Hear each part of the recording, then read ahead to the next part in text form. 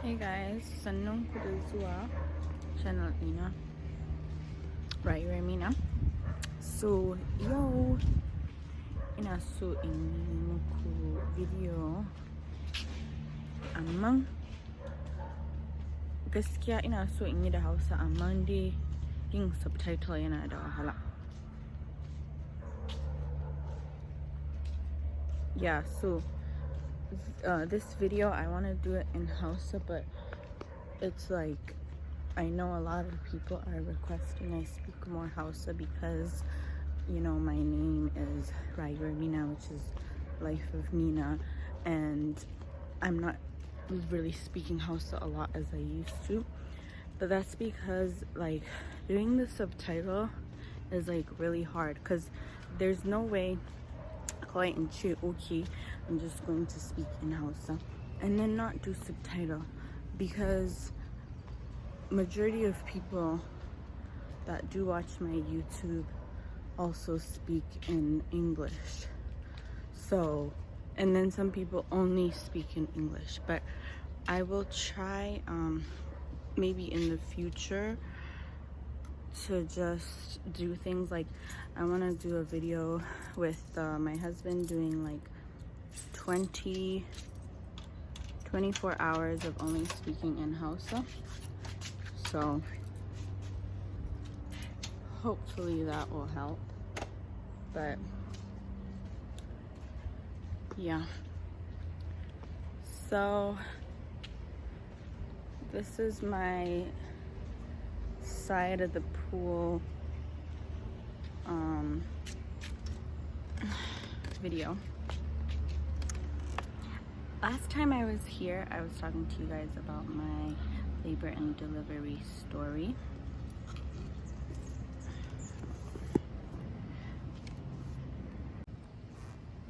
Hey guys, so yeah, last time I was at this particular spot. I'm gonna make sure my mic is right. Okay. Yeah, last time I was at this particular spot, I was talking about my labor and delivery, and so today I'm gonna do a bit of a story time, like related to my pregnancy, and then we'll see how it goes. So today is like July 28th, and you know, life update is like, yeah, I have a baby now. He's like about to be 3 months, and you know, I'm just getting used to everything, you know, breastfeeding, taking care of him, knowing what his cries mean, all that kind of stuff, and you know, having that balance, mommy life balance, you know. I'm currently not working. I have maternity leave, and anyways, I'll tell you more about like futuristic plans, but I don't really I like to talk about future plans, but until they're like more solid, like I don't really like to talk about them, you know, unless I myself know they're solid. So anyways, that's enough about that. So basically in my second trimester, when I went for like the 20-week scan, they scared me. Okay, so I went in, you know, you have like the tech and she does everything, right? And usually they're not supposed to tell you anything, because it's supposed to be the OBGYN that kind of reads off your chart to you and tells you, and kind of like reads out what that says, you know, and like basically tells you. So I went in, you know, and you know, she didn't see anything, and then the next day I get a call saying that I need to come and do another scan. So this scan kind of, it's just like, so when you go in, it's like literally everything. They measure every single thing on the baby, every single part of their body. So when I go in for the second one, they basically do the same thing, and this time the OBGYN decides she'll do it herself. I was allowed to bring a person, but my husband was working at the time, so I just went in myself, and I didn't really think anything of it, you know. It was just like, oh, you have to come in for it again. I'm like, oh, okay, whatever. So they're doing it, and then this lady, she's like, well, at the end of it, she just tells me, because she is the OB, so she can like read it off right away. So she tells me, well, first of all, they did tell me that the kidney, the right kidney, there was dilation of the right kidney, so I guess it looked bigger than usual. So the normal coordinates or measurements for that, I think, would be under, what was it, like 4.7 milliliters or something. Like, don't quote me on that. I need to, like, I will write the exact numbers when I find out. But I remember I was like searching for like so much reading into it, but now I've kind of like blocked my mind to it because it was just kind of a crazy time. So anyways, so it just it looked bigger than usual, and so they told me that, you know, they need to do the scan again. So when they do the scan again, she tells me that yes, the right kidney, it shows that potentially worst case scenario is that after he's born, he's gonna need surgery, or it corrects itself, the, you know, the renal, it's called renal dilation, that, hey guys. Okay, so I want to make like some corrections to the previous video I had shot. Well, this will just be like at the end of the video, or maybe like in the middle.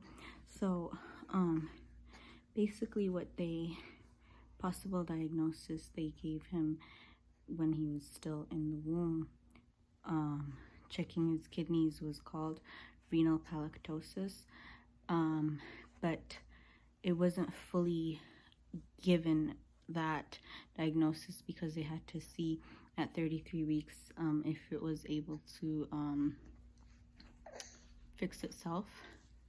So yeah, renal pelactosis, you can look it up, and it's basically just a dilation in the kidneys that can cause like issues with when, you know, going to the bathroom, going number one, basically when you pee, that like not everything leaves the kidneys, so which can become a problem long term. Anyways, so I just wanted to explain the medical terminology behind what that was. But like I said, he's all fine. 33-week scan showed that, you know, it had corrected itself. So peace. It can just like correct itself before I even give birth, or like worst case scenario, he's born, he has to do surgery. So I was like, oh my gosh, like that's crazy. And then she tells me that, well, there's another thing. She feels like the his neck is thickened, or like it looks thick, right? It looks like he has a thick neck. But the thing with that is they do a measurement where they measure the nocal fold, which is like, they are supposed to do that way early on in your pregnancy, not at 20 weeks. So they had done that already and said the nocal fold seemed to be at a normal size, and now all of a sudden she's bringing up, well, it looks to be a little thickened, so I don't know. And I'm like, okay, what is that even supposed to mean? So then she says she's going to recommend me to see a genetics person. I'm like, okay. And basically this was like around, okay, so hopefully this still works. So my like battery, my space had run out on my phone. So anyways, it was around Christmas time when like they decided to tell me this news. I don't celebrate Christmas, but you know, I have family that are Christian, and you know, it is the holidays time, so of course, like, they should have thought of that before dropping this huge you know, potential news. So basically what they said was, so because the neck seemed thickened, which could be a genetic thing of just like me or my husband's family has thick necks, right? Or it could be that the combination of that and the renal dilation thing could mean that he has an anomaly, which means, hold on, okay, so yeah, it could mean that he has an anomaly, which means that he potentially could have a certain birth defect. She mentioned Down syndrome as being one of the things that he could potentially have. So at this point, I'm like freaking out, but at the same time, I'm keeping my cool, like, because I was kind of in shock, and I was just like, oh, okay, thank you, you know. So basically she decided she was going to have me speak to a genetics person, and they had options, either for me to do another blood test, which I had already done a blood test showing that I had low chances of him getting, I think there's like 2 different things, which was like trisomy and Down syndrome, and they said that I was like almost, you know, they don't do 0%, but like a very low, you know, like 1 in 800,000, like something like that, right?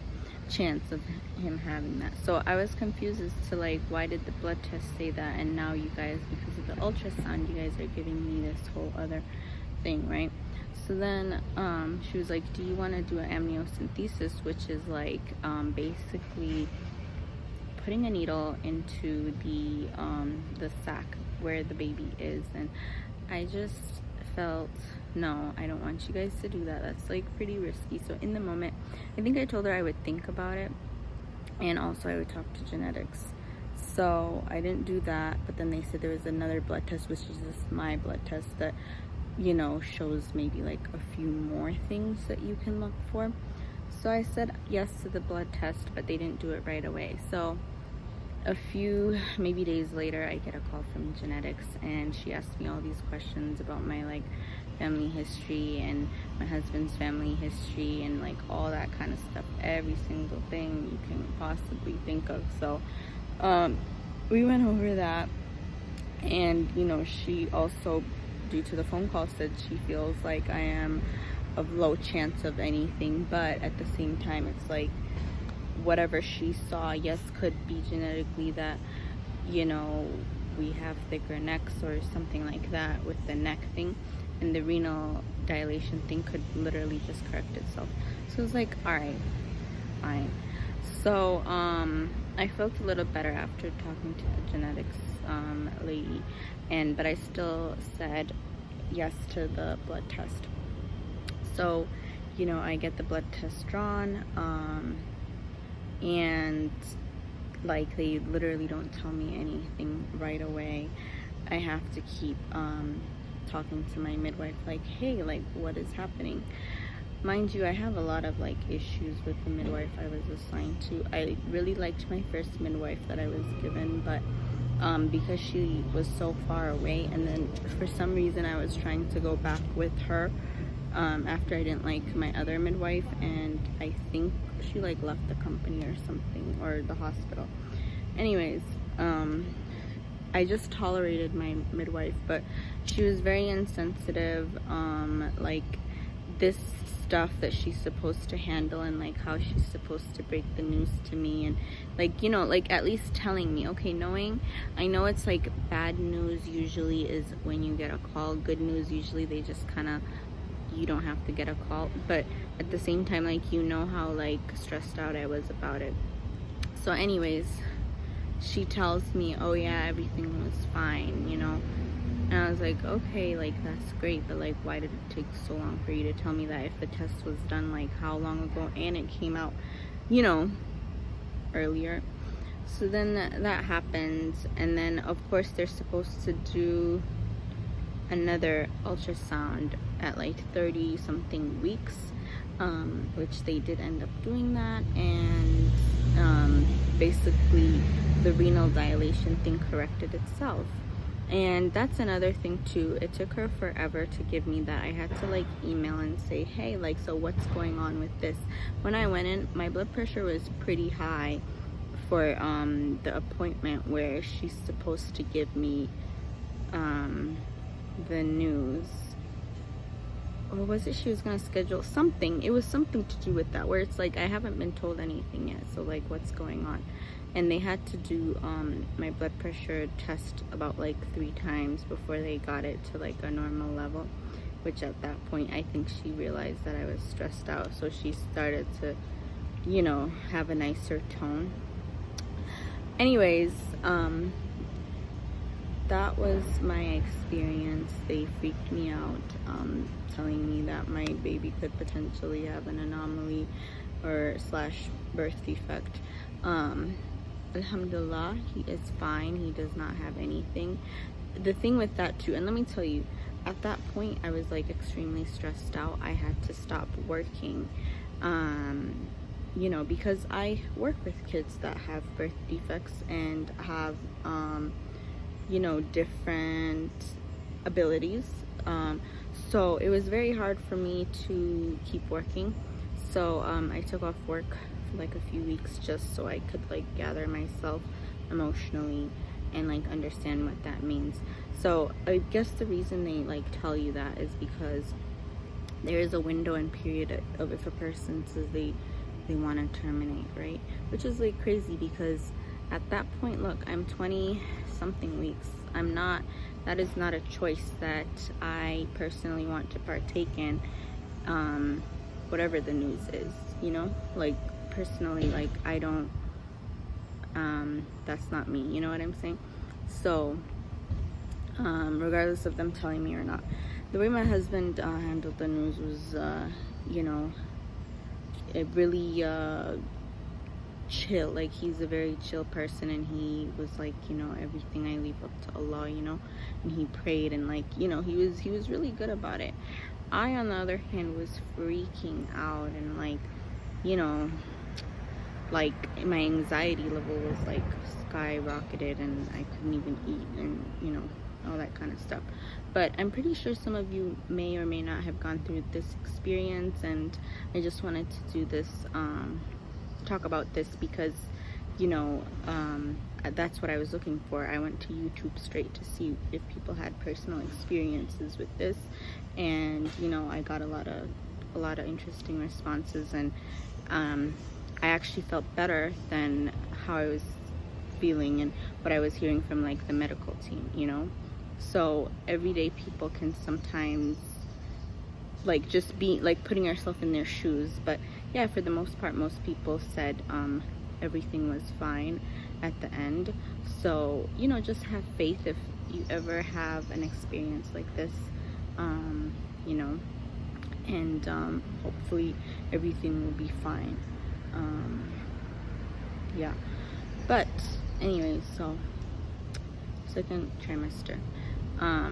Next I will probably be talking about third trimester, or my, like I said, I need to speak more Hausa, so the 24 hours in Hausa with my husband thing.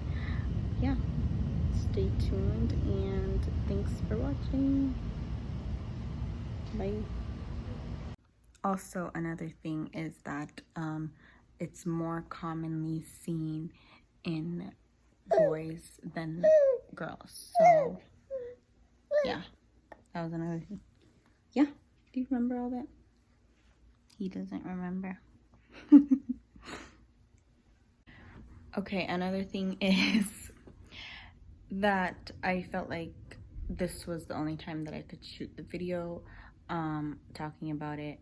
When it was happening, I was super emotional and not in the emotional spot to actually shoot a video and talk about it. But now I'm okay, everything is fine, and I can talk about it. And also, I want other people to see my video in case they're going through the same thing, and you know, just to feel an experience from somebody that went through something like that. So yeah.